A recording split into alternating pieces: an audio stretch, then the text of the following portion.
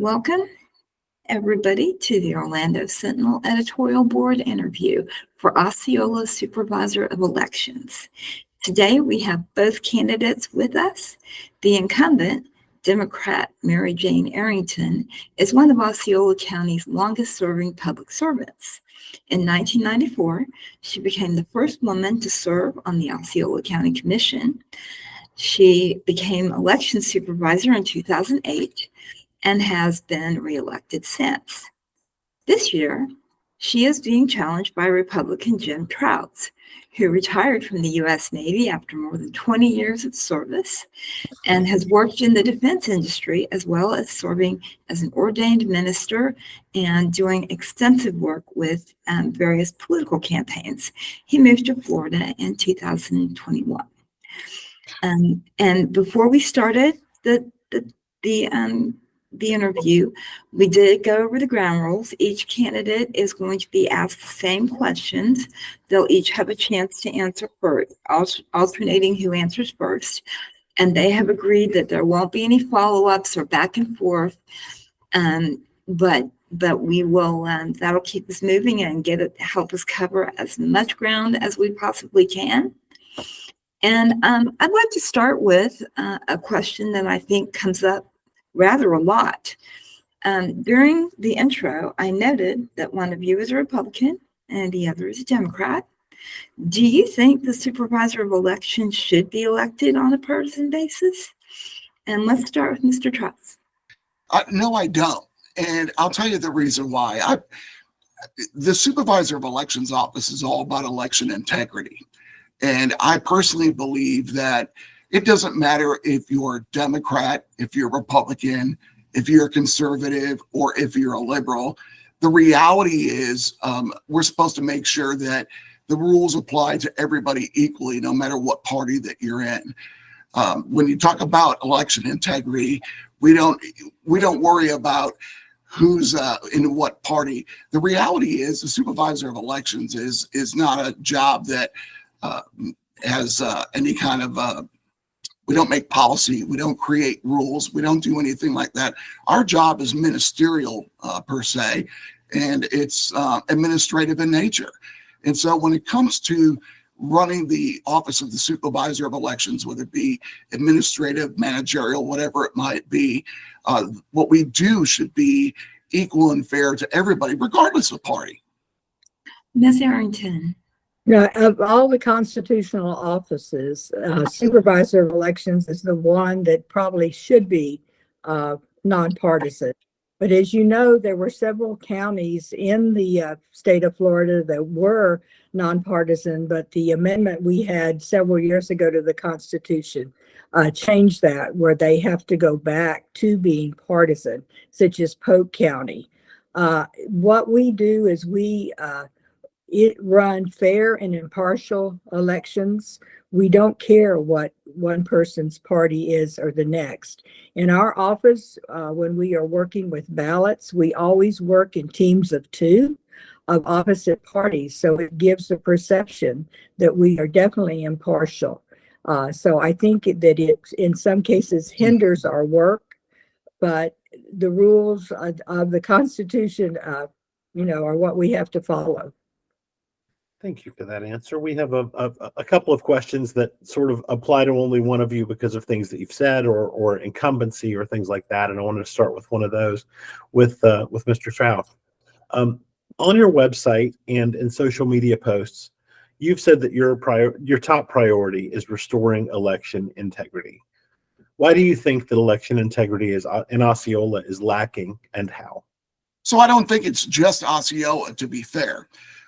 There's no doubt in anybody's mind that there's been an erosion in confidence in the electoral process, not just recently, but over the past years.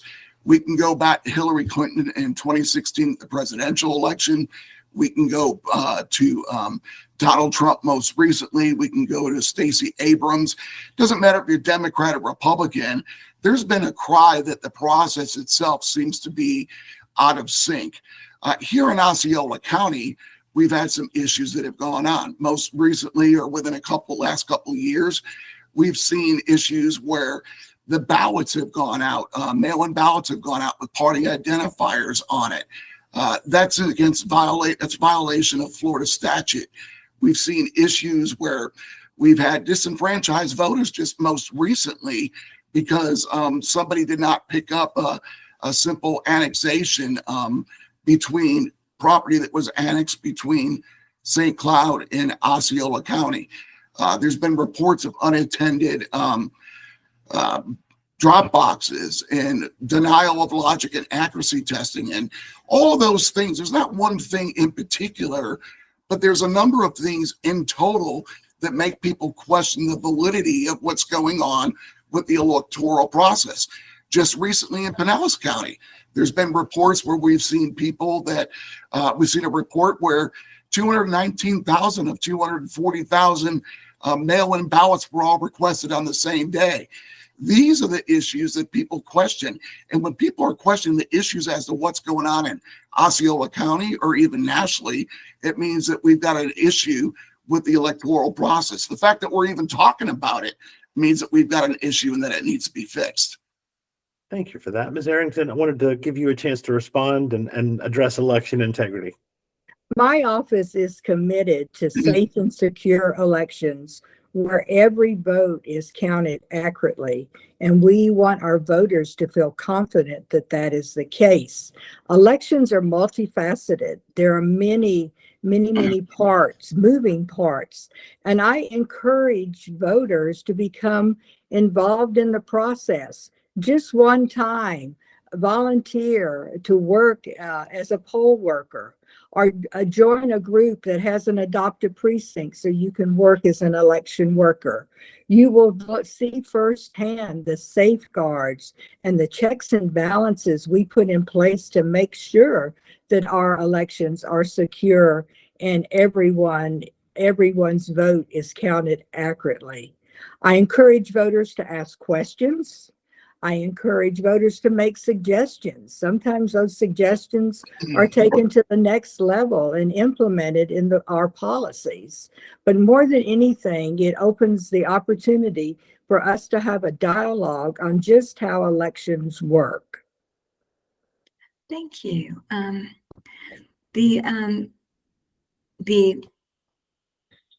The technology that Osceola County uses was vetted by the state. But we've seen a number of counties have technical issues with that technology. So I would like to ask each candidate, are you satisfied that the technology that Osceola County uses to tabulate votes is up to date, accurate, and most of all secure? Which upgrades would you recommend? And Ms. Arrington, we'll start with you. Osceola County uses ES&S equipment. We have the most current tabulation equipment that they offer. It was purchased this year along with updated software. We definitely have the most accurate technology that is available that we use in the tabulation of our votes. We also have purchased the Clear Ballot Audit System, which gives us the opportunity to audit the whole election to make sure that it was counted accurately. We have seasoned staff who receive continuing education on a regular basis to make sure that they are knowledgeable on all parts of our tabulation equipment. I am satisfied that we are doing everything in our power to make sure that the votes in Osceola County are tabulated correctly. And Florida goes above and beyond as a state in vetting equipment that other states don't do. They put these companies' new equipment through a whole myriad of additional tests that the ES&S, the National Election Administration, don't do. So I'm confident that Florida does an excellent job of vetting the equipment. And I am thankful that the County Commission has supported us in our mission to have the most accurate technology available. Mr. Trautz, what are your thoughts on that? Okay. So as it relates to Osceola County, we have to do what the laws say we have to do and use the equipment we're supposed to use. I don't believe that we're secure as we can be, and that's not just isolated to Osceola County, but I think overall. Anyone that knows anything about computers knows that, and it's not the issue of fraud happening, it's the perception of fraud taking place. When you sit down and you look at a computer and you go inside of it, computers can be manipulated even before you transmit information. So whether you're worried about the transmission of information or you're concerned about code that's put inside the machines, that is in fact a concern. As far as tabulation is concerned, any machine can count numbers. The issue is not so much whether you count numbers or not, but whether the information that's on the ballot is accurately transposed into a tabulation system. So that's one of the issues that we deal with and that people are most concerned about when it comes to the systems themselves. Again, it's not an issue with tabulation and counting votes. It's a matter of making sure that the information that goes from the ballot is transmitted correctly into a system where it can be accurately counted. And I think that's where we have issues. And that leads right into our next question, actually. Mr. Trautz, you've mentioned that tabulation is not the issue, but sometimes the design of the ballot is. Would you support a move toward hand counts of ballots? Is that something that you think is worth the time involved? And do you have an estimate of how much it would cost for the additional poll workers to produce tallies on election day? So I am in favor of hand count ballot and hand counting, and I have already told you the reasons why I believe that we've got issues with the system. But I have attended a number of different seminars and listened to people. Most recently, Dr. James Clement did a seminar up in Lake County showing how the system can be accurately and quickly completed using the hand system. People in France, there's 36 million people in France, and they seem to be able to do that. And yet we have a problem with that. It would actually probably cost more, I would think, to have more people involved in doing it. I think it would probably cost a little bit more initially to get the system down. But as we move away from a system where we're dependent on machines, then we're able to go ahead and better hone in those skills and those costs. Let's not forget that, using the machine systems and getting away from hand counted ballots, we had a problem last time around where the entire system went down. And so we had to wait and we had to worry about what was going on. People were questioning what was happening. That hasn't happened just once. It's happened on a couple of different occasions.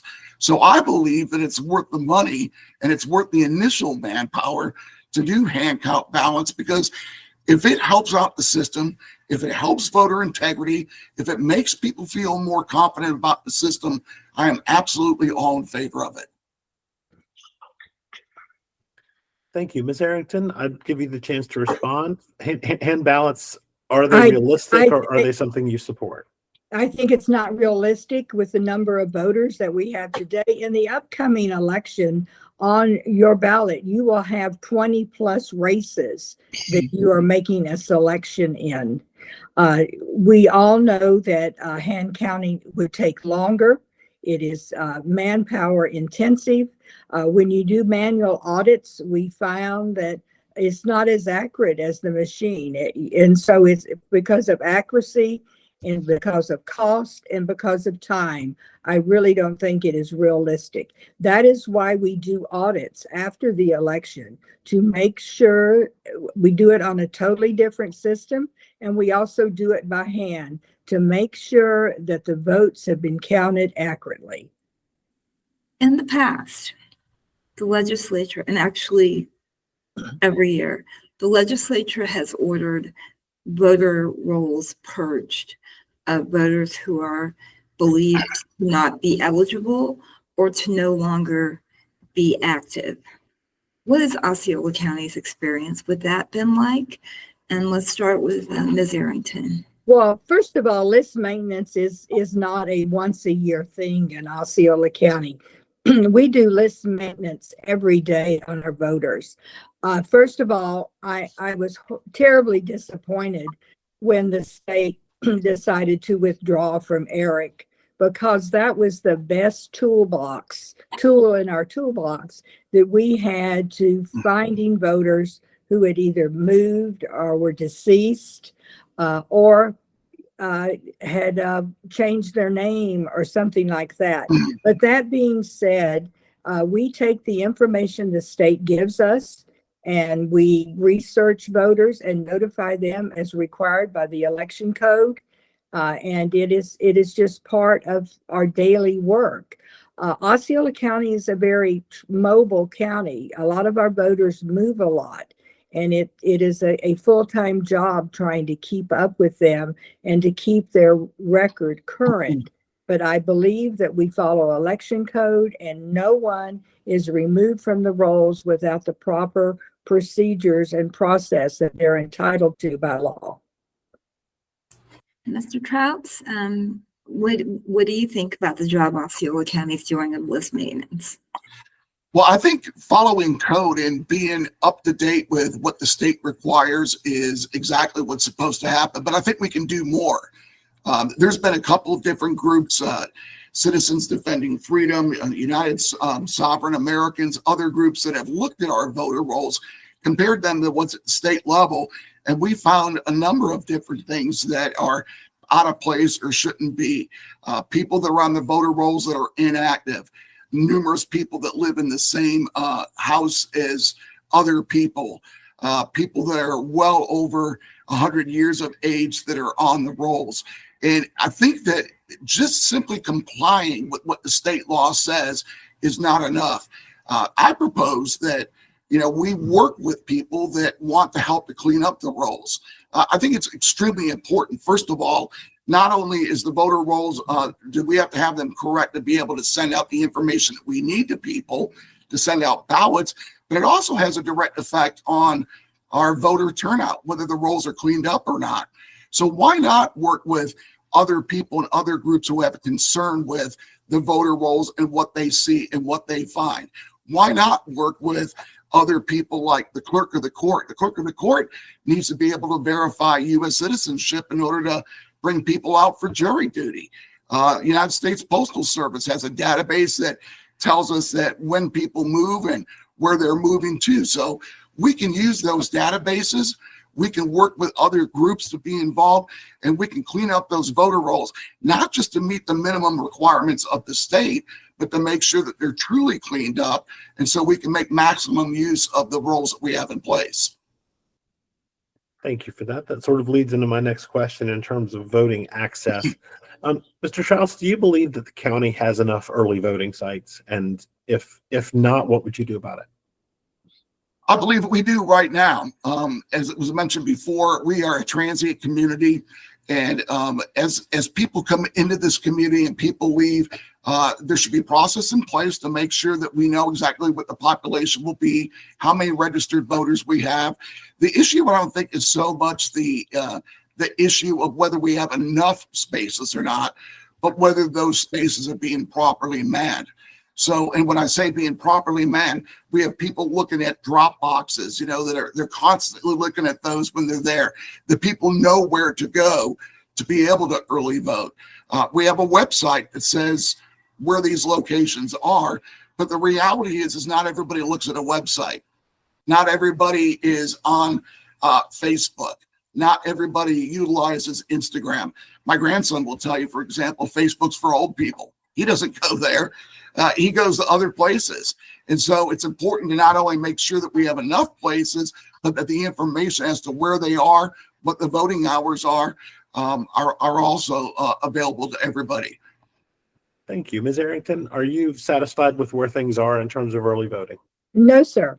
About a third of our voters vote early, and we have a need for another additional early voting site. Pardon me, on the east side of our county. Rooftops have come before buildings, public buildings. And you know that in law, we have criteria of where we can locate an early voting site. So if I had a wishing well, I would wish that I had another location on the east side of the county. Our voters like early voting.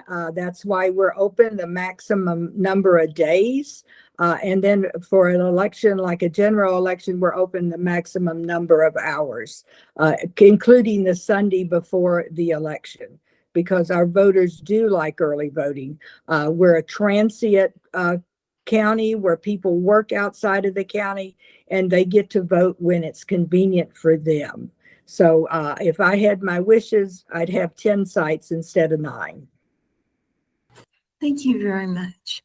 And I know that this is a somewhat of a somber topic, but we have heard in the last election and in the run-up to this one, we have heard of threat to poll workers, to people who are canvassing outside polling places. Some clashes there are inevitable, but we have heard that, concerns about that. I'd like to ask both of you, what additional measures would you recommend to ensure the safety of poll workers and voters at early voting sites and on election day? And let's start with Supervisor. All of our election day workers are given training in conflict resolution to deal with conflict if it does arise in the polling location. We also cover with them how to deal with emergencies if they arise. We have a good relationship with the sheriff's office, and we ask for extra patrols in the areas of early voting sites just in case the need happens. I believe that our poll workers are safe. Sometimes, especially our candidates and their campaigners get overzealous, and they have to be sort of reminded of what the rules are. But as a whole, I believe that our poll workers can handle minor conflicts if they come about, and they understand they need to call the authorities if it escalates. In our office, we use protective gear when we open the mail, because we have heard of other elections offices throughout the country that have had suspicious activity in the mail. And we have also hardened our site, our main office site here. Thank you so much. Mr. Trautz, same question. So I come from a military background where there's always a contingency plan in place. And what I mean by that is when it comes to the safety of the people that are voting, when it comes to the safety of the workers that are there, when it comes to the safety of the general public, there needs to be a contingency plan in place. One of the things that I would do would be to make a complete assessment of all the voting locations, take a look and see where those areas are that have a high concentration of voters. Not every precinct and not every polling place has got thousands of people in it, but there are some that are different than others.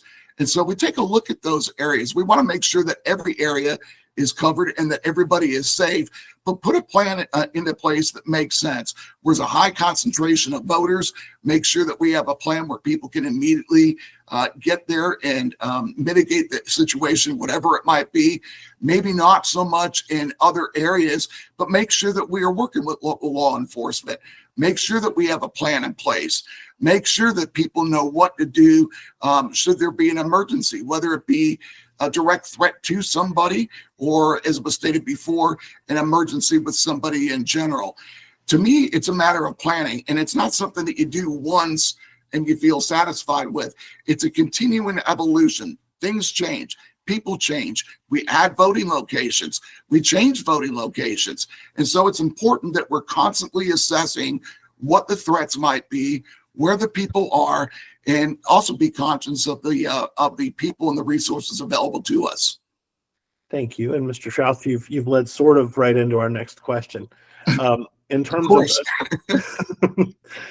of planning for emergencies, there's also storms and weather to deal with, and with Hurricane Milton possibly bearing down on us in the next little bit as you hear this.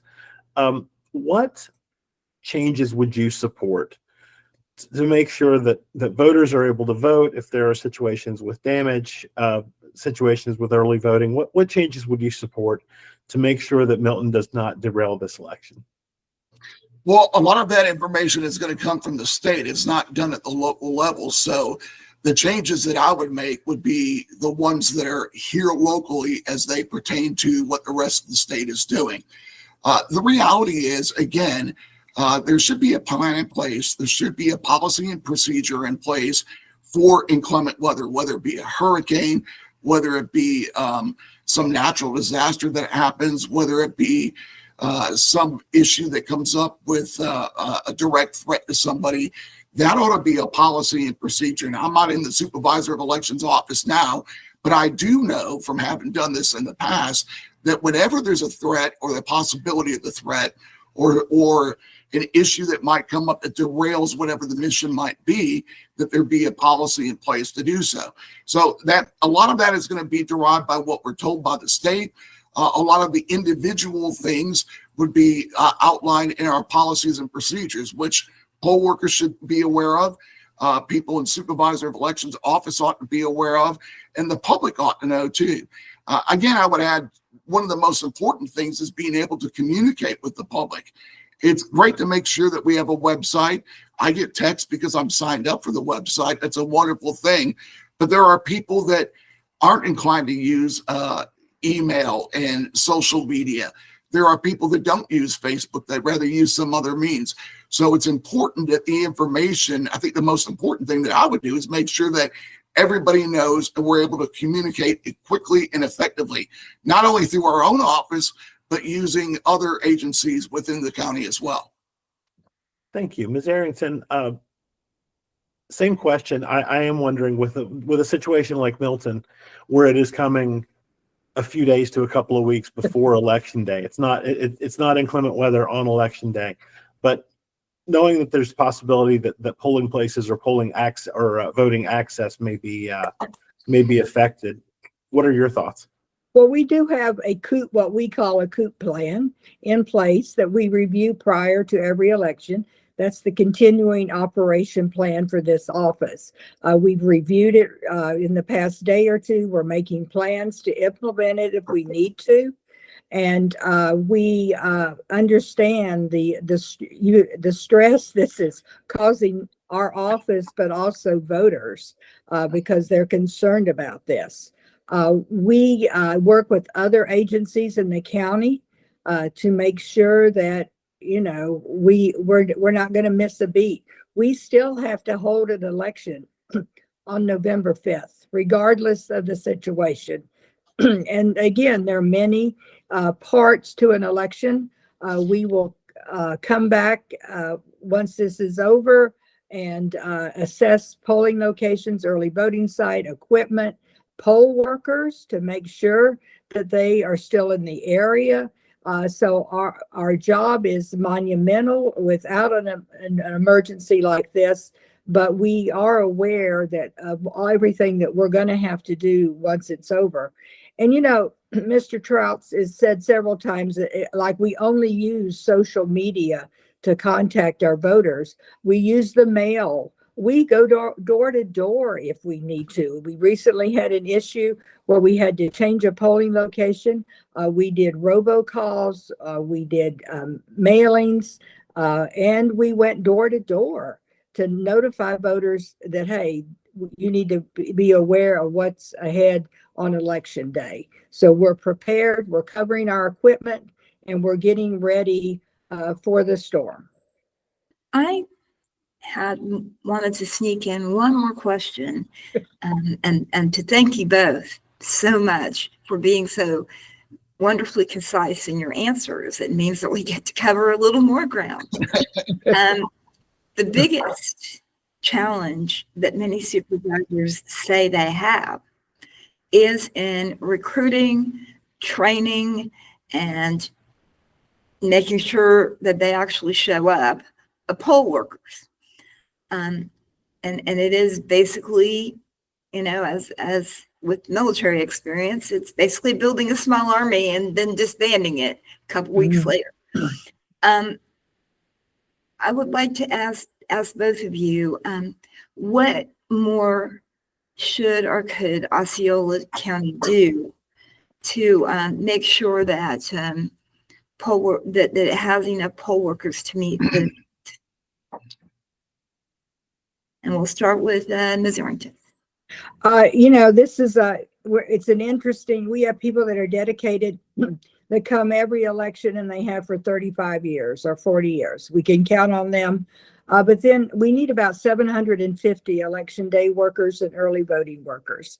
And what we've found that we need to keep them engaged in the off season. So we do that by sending newsletters to our election day workers, holding munch and learns where we invite them in to interact with new equipment or new procedures, because often in Osceola County, we don't have an off-year election. So we need to keep them engaged in the process. But recruiting them, life changes. You may be able to work this year, but the job you have 2 years from now doesn't allow you to work. So we're always looking for new workers to add to our base. One thing that has been really successful for us, and I stole it from Supervisor Cowles in Orange County, is our adoptive precinct program, where organizations within the community adopt a precinct. They man that precinct. They furnish us with the poll workers. And instead of us paying the poll workers, we pay their group or their committee. And this has been really successful for us. If the adoptive precinct goes away, often the poll workers stay and work on their own. It also helps us bring in people in the community that maybe would not normally be an election day worker. We have lots of support from schools, from religious groups, from the normal Rotary and Kiwanis and things like that. But it really has proven successful for us in helping us recruit and maintain poll workers. Mr. Trautz, it's always a big job, as you know, to manage this. Do you have any suggestions, things you'd like to try to recruit and retain poll workers? Sure. One of my ideas was to create a citizens advisory council made up of different people. You can't fix what you do not acknowledge, and this is not a matter of fixing something, but it is something that can be beneficial to the supervisor of elections and supervisor of elections office. I tell people all the time that it's easy to complain on social media about the things that are going wrong. It's easy to sit back and criticize. But one of the things that people can do directly is to get involved in the process, to see what's going on. And one of the best ways to be able to do that is to be part of the process as an election worker. Now, I've got a number of people that want to be workers in elections. They called up, they said that we're full, which is great, but it's an ongoing process. And so it's not just a matter of the supervisor's office directly recruiting people, but let's get some key leaders involved that want to be part of the process. Leaders of both parties, for example, maybe leaders of a Hispanic coalition, maybe people that are involved in their HOAs. The best way to maintain a consistent stream of qualified, educated people on the systems is to make sure that we're constantly reaching out to those people. So maybe while we're also talking about voter registration and we're talking to these different people about things that may need to be fixed, maybe we can also ask them, do you know of anybody that might be interested?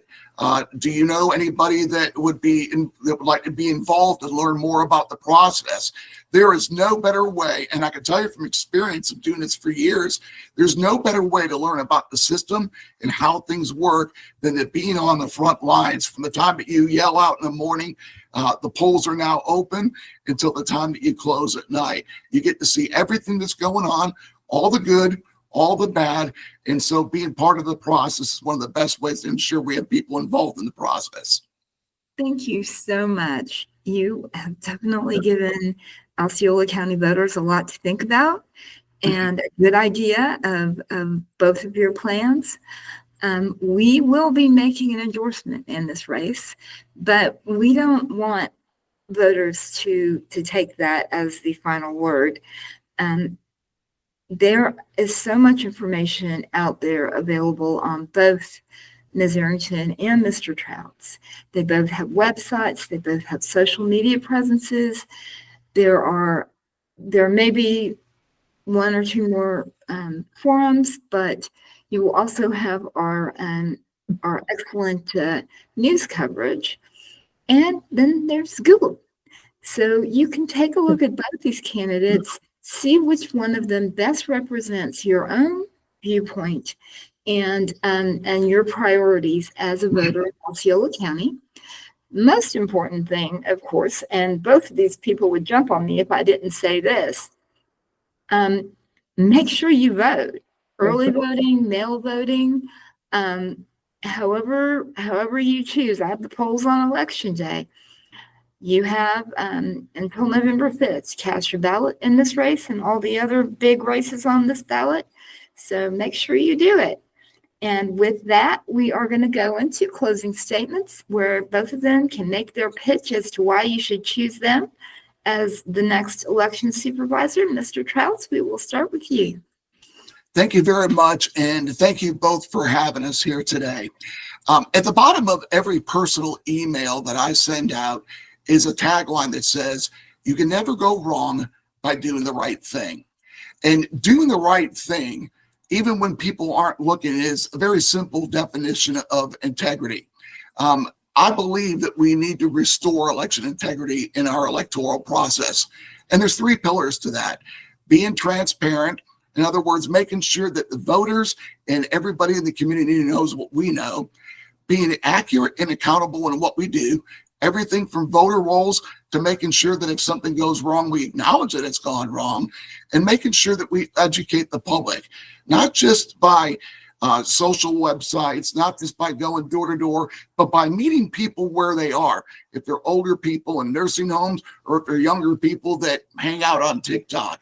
The reality is that I bring those things, those ideas to the forefront.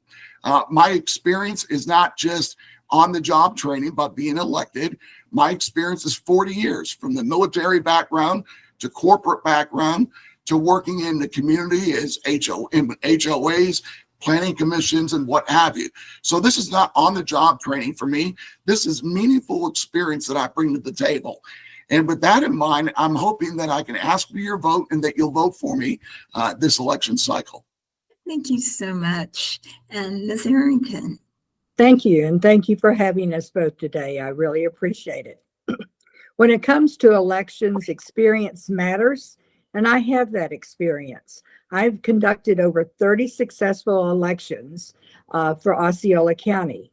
My experience makes me the best candidate.